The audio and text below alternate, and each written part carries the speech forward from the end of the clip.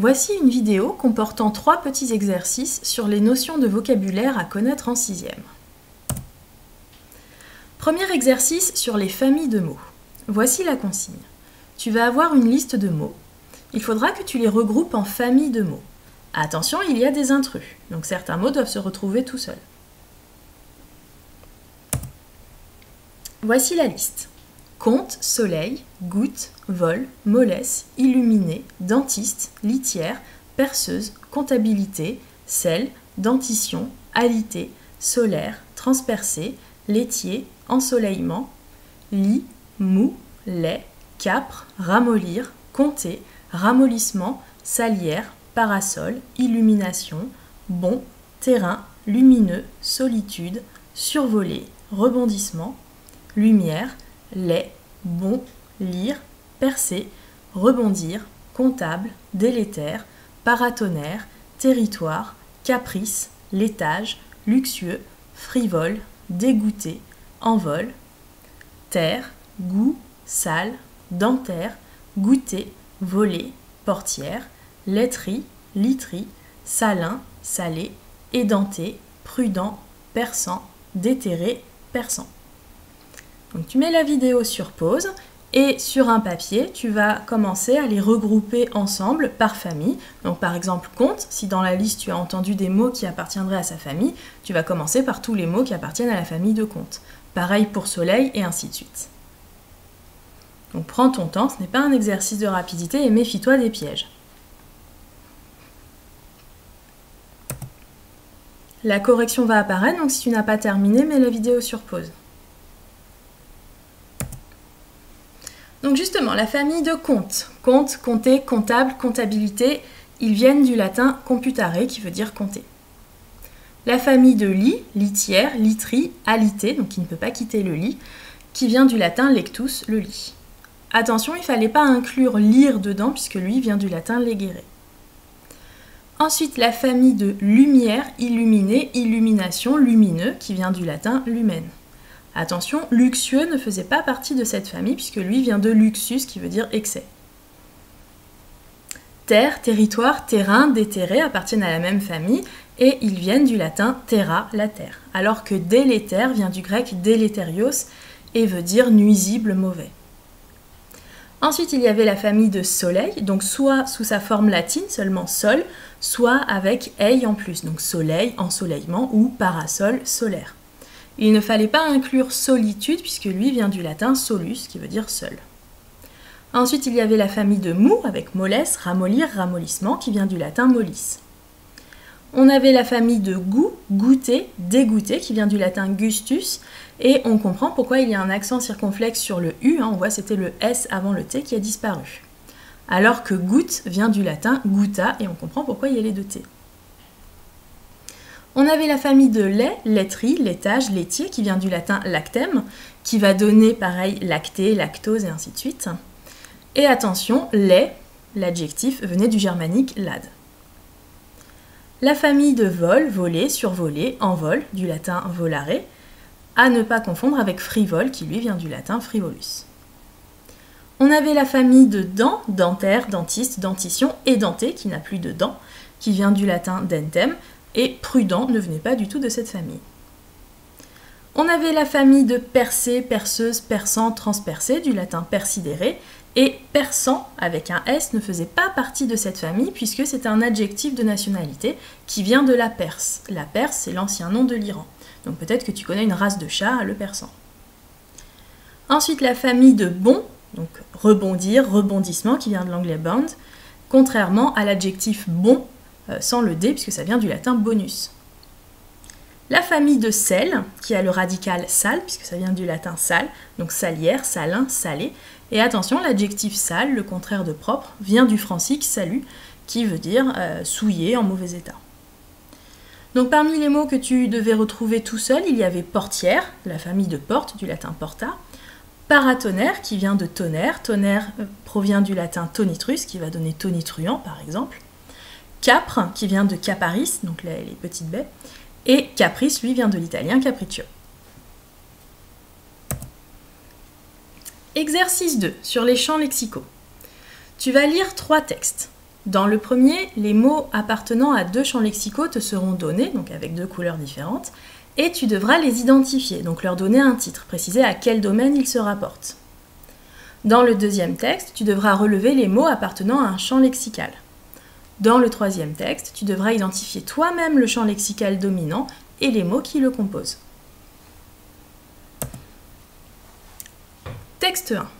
Le temps a laissé son manteau de vent, de froidure et de pluie, et s'est vêtu de broderies, de soleil luisant, clair et beau. Il n'y a bête ni oiseau, quand son jargon ne chante ou crie, le temps a laissé son manteau. Rivières, fontaines et ruisseaux portent en livrée jolie, gouttes d'argent, d'orfèvrerie, chacun s'habille de nouveau, le temps a laissé son manteau. Donc tu dois donner un titre, un intitulé, aux mots en vert, donc quel est ce champ lexical, et aux mots en rouge. La correction va apparaître. Donc en vert, c'était le champ lexical de la nature, donc que ce soit les animaux, les éléments naturels, le temps, et en rouge, le champ lexical de la mode, de l'habillement.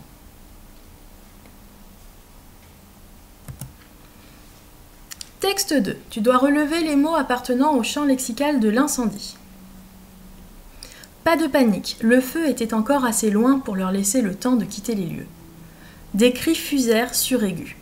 Levant la tête, elle vit avec horreur que le vellume qui servait de toit au bazar venait de s'embraser à la vitesse d'une feuille de papier. Le goudron enflammé tombait déjà de toutes parts sur l'assistance, mettant le feu aux chevelures, aux chapeaux, aux vêtements. Dans les hurlements de gens qui se voyaient flamber, tout le monde se rua vers la sortie en une affreuse bousculade. Dès lors, ce fut le chaos, un océan démonté de corps entrechoqués, de cris de douleur et d'épouvante. Les flammes, après avoir dévoré le vellume, s'attaquèrent aux rideaux, avalant les tentures, les toiles peintes, les frises des splendides décors médiévaux. La ligne de feu coupait maintenant le bazar en deux, au niveau du comptoir des cercles catholiques ouvriers, barrant l'accès à 2 issues sur la rue Jean Goujon. Donc tu mets la vidéo sur pause pour identifier tous les mots, toutes les expressions qui appartiennent au champ lexical de l'incendie.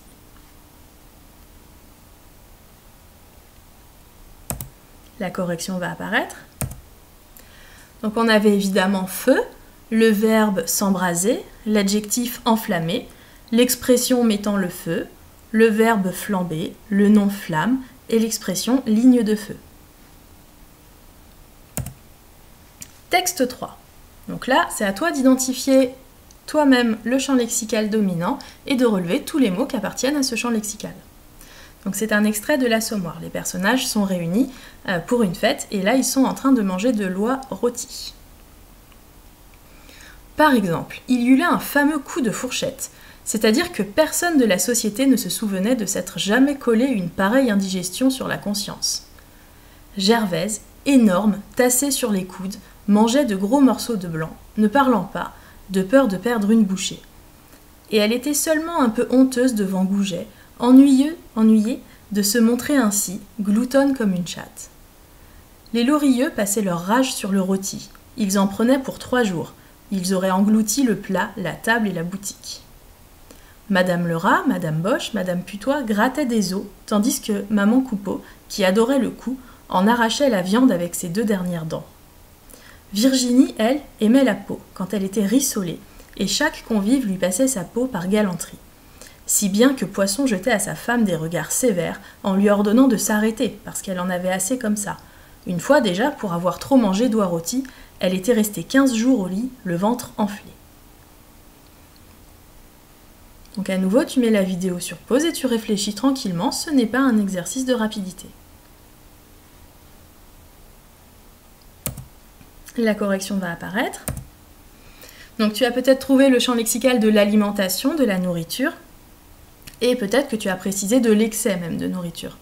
Donc avec l'expression coup de fourchette, indigestion, mangeait, gros morceaux de blanc, puisque là ce sont des blancs au sens de blanc de volaille, bouché, gloutonne, rôti, aurait englouti, on pouvait inclure le plat, donc là même si c'est de la vaisselle, l'expression grattait des os, le cou puisque c'est le cou de l'oie, viande évidemment, peau puisque c'est la peau de l'oie, la peau rissolée qui apparaissait 2 fois, l'expression trop manger, oie rôtie et enfin le ventre enflé.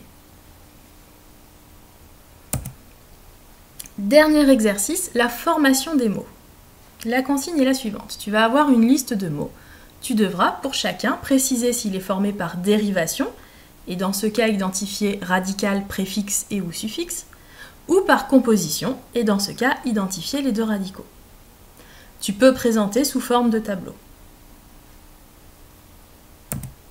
Donc voici les mots: inexactitude, îlot, chef-d'œuvre, arc-en-ciel, hypersensible, porte-parole, porte-manteau, trottinette, belle-mère, corporel, supermarché, rouge à lèvres, débordé, gourmandise, lave-linge, monologue, écoulement, solidité, enchanté, malchanceux, contredire, chronologique, coffre-fort, équidistant, corps à corps, endormissement, plantation, épaisseur, pomme de pin, somnifère, tire-bouchon, omnivore, irrégulièrement, basse-cour, arachnophobe, cerf-volant, cheval à bascule, fortement, équitation, bibliothèque, admirable, perce-neige, boucle d'oreille, rêvassé, multifonctionnel.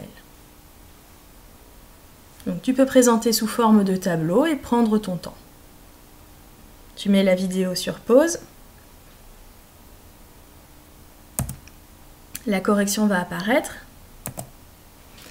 Donc les mots formés par dérivation, j'ai souligné le radical, mis en violet les préfixes et en vert les suffixes.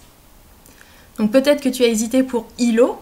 O est bien un suffixe, un diminutif, donc un îlot est une petite île. Peut-être que tu as hésité aussi pour équitation, donc qui vient du latin equus, qui veut dire cheval, et c'est pour ça qu'on va avoir la racine équestre, équin par exemple. Donc équitation était bien un mot formé par dérivation. Admirable, qui a le radical mire, qui va donner aussi par exemple miroir. Ensuite, les mots formés par composition. Alors tu as peut-être hésité sur certains d'entre eux. Quand tu as deux noms et une préposition, tu sais que c'est forcément la composition. Par exemple, chef-d'œuvre, par exemple, rouge à lèvres, boucle d'oreille, cheval à bascule, ça tu sais que c'est de la composition. Quand tu as un trait d'union, pareil, tu sais que c'est de la composition. Par exemple, arc-en-ciel, porte-parole, belle-mère. Là où tu peux hésiter, c'est quand la composition a aggloméré les deux radicaux, comme par exemple hypersensible. Donc hyper, qui veut dire trop, et donc le mot français sensible.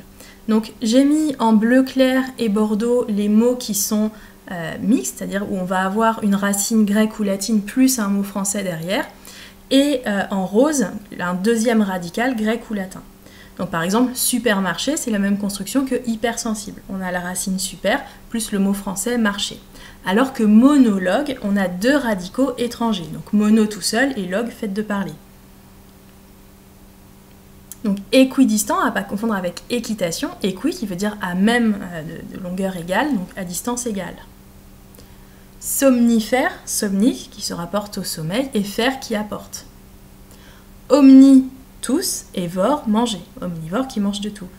Arachnophobe, arachno, araignée, et phobe qui a peur des araignées. Bibliothèque, en grec biblio, le livre, et tech, endroit où on va pouvoir trouver, assembler tout cela, donc bibliothèque. Multifonctionnel, par exemple. Ces exercices sont terminés. N'hésite pas à chercher l'étymologie d'un mot, que ce soit dans un dictionnaire ou sur Internet. Cela t'apportera des informations éclairant son orthographe et te permettra d'enrichir ton vocabulaire. D'ailleurs, si tu t'inscris à l'option latin de la 5e à la 3e, tu travailleras sur l'étymologie des mots issus du latin, soit une grosse majorité des mots de la langue française. Merci de ton attention et bon courage!